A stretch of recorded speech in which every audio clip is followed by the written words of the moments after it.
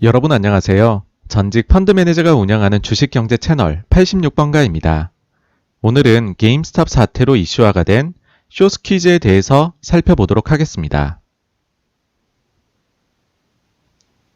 숏이란 공매도를 의미합니다. 그리고 스퀴즈란 쥐어짜냄을 의미합니다. 둘이 합쳐서 쇼스퀴즈라 함은 공매도 해둔 주식을 다시 사서 상환하는 것을 뜻합니다. 단순히 공매도 주식을 상환하는 것 뿐인데 게임스탑 주가는 왜 이리 크게 상승한 것일까요? 그 이유는 공매도를 너무 많이 해두어서 공매도 투자자들이 도저히 다시 사서 상환할 수 없는 수준이었기 때문입니다. 어느 정도냐 하면 투자자들이 살 수 있는 주식이 100주라고 하면 공매도는 무려 140주나 있었던 것입니다. 단순히 숫자만 보면 40주는 상환을 할 수 없는 상황이었던 것입니다. 이 같은 사실이 알려지자 그동안 주가가 떨어지는 상황에서도 안정적으로 돈을 벌던 월스트리트 기득권 세력에게 벌을 주자는 투자자들이 나타납니다.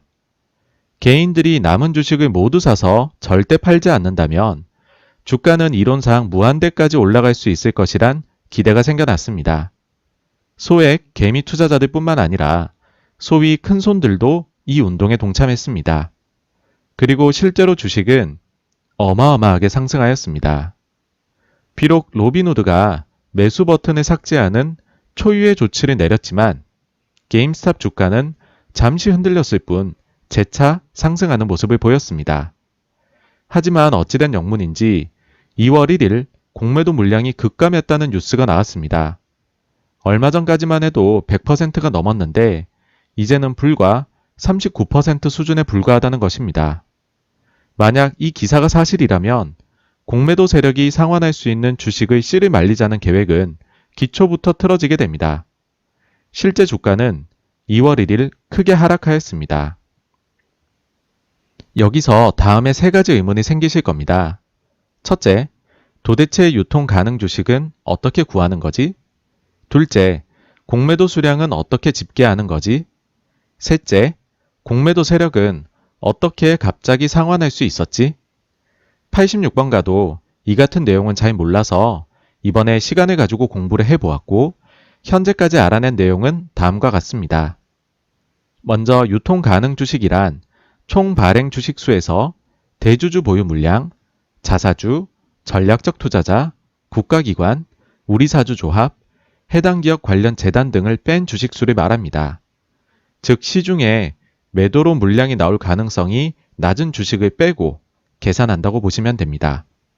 그런데 엄밀히 말하면 가능성이 낮다는 것이지 반드시 나오지 않는 주식은 아닙니다. 심지어 대주주도 지분을 일부 매각할 수 있는 것이니까요. 현실이 이렇다 보니 실제 유통 가능 주식의 계산은 계산하는 사람마다 모두 조금씩 수량에서 차이가 나게 됩니다. 가령 가장 보수적인 투자자는 대주주 보유분만 제외를 할 것입니다. 반면 학구적인 투자자는 책에 나온 정의대로 위에 언급된 모든 투자 집단의 보유분을 제외할 것입니다. 이러한 이유 때문에 여러분들이 게임스탑 기사를 접하실 때 유통 가능 주식 대비 공매도 수량 퍼센트가 제각각으로 나왔던 것입니다. 최근 한국판 게임스탑을 찾자는 찌라시가 도는 것을 보았습니다. 이를 보시면 롯데 땡땡땡땡의 공매도 비율이 무려 47%에 이른다고 하였습니다. 하지만 이는 유통 가능 주식 계산을 할 때 대주주뿐만 아니라 국민연금, 자산운용사 등 언제라도 주식을 내다 팔 수 있는 투자자들 보유분을 모두 제외하고 계산했기 때문에 나온 수치입니다. 만약 대주주 보유분만 넣게 된다면 실제 공매도 비율은 13%에 불과합니다. 게임스탑의 경우 발행 주식 수가 약 7천만 주이고 대주주 보유 수량은 약 1,800만 주입니다. 따라서 유통 가능 주식 수는 약 5,200만 주라 보시면 될 듯합니다. 다음으로 공매도 수량 집계 방법입니다.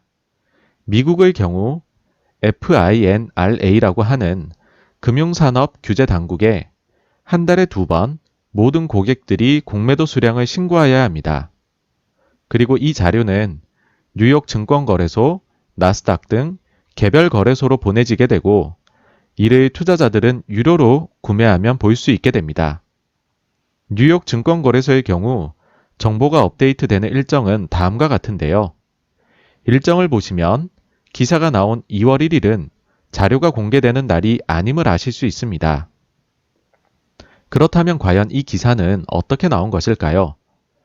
86번가는 자료의 출처로 지목된 S3 파트너스의 아이호 두자니프스키의 트위터를 살펴보았습니다. 그의 메인 트윗은 자신이 운영하는 웹사이트 소개입니다. 이름부터 숏사이트 스크리너로 공매도를 추적하는 듯한 냄새를 물씬 풍깁니다. 들어가서 보시면 한 달에 37달러로 무려 실시간 공매도 수량 데이터를 제공해 준다고 합니다. 서비스 소개 자료를 보시면 일반적으로 2주에 한 번 자료가 제공되는데 자신들은 유일하게 실시간 자료를 제공한다고 강조합니다. 그리고 고객군을 소개하는데 신뢰도가 마구 올라갑니다. 그래서 충동적으로 결제를 해보았습니다.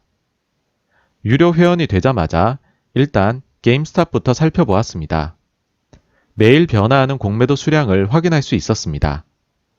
기간을 늘려서 볼 수도 있고 공매도를 가격 기준, 수량 기준, 유통 가능 주식수 대비 기준으로 바꾸어 볼 수도 있었습니다. 이 사이트에서 계산한 유통 가능 주식수 대비 공매도 비중을 보면 아마도 대주주 물량만 제외한 수치를 사용한 것으로 보였습니다. 아쉬운 점이라면 주가가 변하듯 완전 실시간 자료는 아니라는 점입니다. 그냥 하루에 한 번 업데이트되는 자료였습니다. 그리고 공매도 수량을 어떻게 매일 확인하는지에 대한 설명이 없다는 점도 아쉬웠습니다. 여기에 대해 한 가지 제 나름의 가정을 세워본다면 아마도 다수의 대형 기관과 미리 협약을 맺어서 데일리 자료를 받고 있는 것이 아닐까라는 생각이 들었습니다. 따라서 100% 정확한 자료라기보다는 그저 높은 정확도를 가진 것으로 보인다. 이 정도로 정리해 볼 수 있을 것 같습니다. 따라서 공신력 있는 자료는 2월 9일에 나오는 것을 참고하심이 좋을 듯합니다. 물론 뉴욕 증권거래소에서 결제를 하셔야겠지만 아마도 게임스탑은 워낙 핫한 종목이라 신문에 바로 나오지 않을까 생각합니다. 마지막으로 공매도 세력들이 급하게 상환할 수 있었던 방법에 대해서입니다. 우선 장내에서 많은 물량을 사들였을 것으로 보입니다. 왜냐하면 일별 거래량이 어마어마하게 터져서 지난 1월 29일 거래량이 유통 가능 주식수 수준으로 나왔기 때문입니다. 그리고 재미난 기사를 발견했는데 다음과 같습니다. 최근 게임스탑의 주가 상승으로 리테일 ETF 자산의 80%가 감소했다는 것입니다. 대표격인 XRT ETF의 경우 작년 말 기준으로 게임스탑의 비중이 1.58%였습니다. 게임스탑의 주가가 18달러에서 거의 500달러까지 올랐던 점을 감안하면 XRT ETF에서 게임스탑의 비중은 거의 30%까지 치솟았을 것입니다. ETF에서 자산의 감소는 현물 인출을 뜻합니다. 아마도 공매도 세력들은 ETF에서 자산을 인출케 한 후 이를 사와서 상환하는 것을 하나의 방법으로 사용했을 것으로 보입니다. 제가 게임스탑이 포함된 모든 ETF를 추적해 볼 수는 없어서 그 규모를 가늠할 수는 없지만 티끌모아 태산이라고 적지 않은 물량을 모았을 것으로 생각됩니다. 게임스탑 그리고 숏스퀴즈 이벤트가 향후에 어떻게 진행될지에 대해서 말씀드리기는 어렵지만 이런 때일수록 투자자 본인의 성향에 맞게 투자하시기를 당부드릴 수밖에 없을 것 같습니다. 오늘 86번가에서 준비한 내용은 여기까지입니다. 아무쪼록 영상 내용이 시청하시는 분들께 도움이 되었으면 합니다. 감사합니다.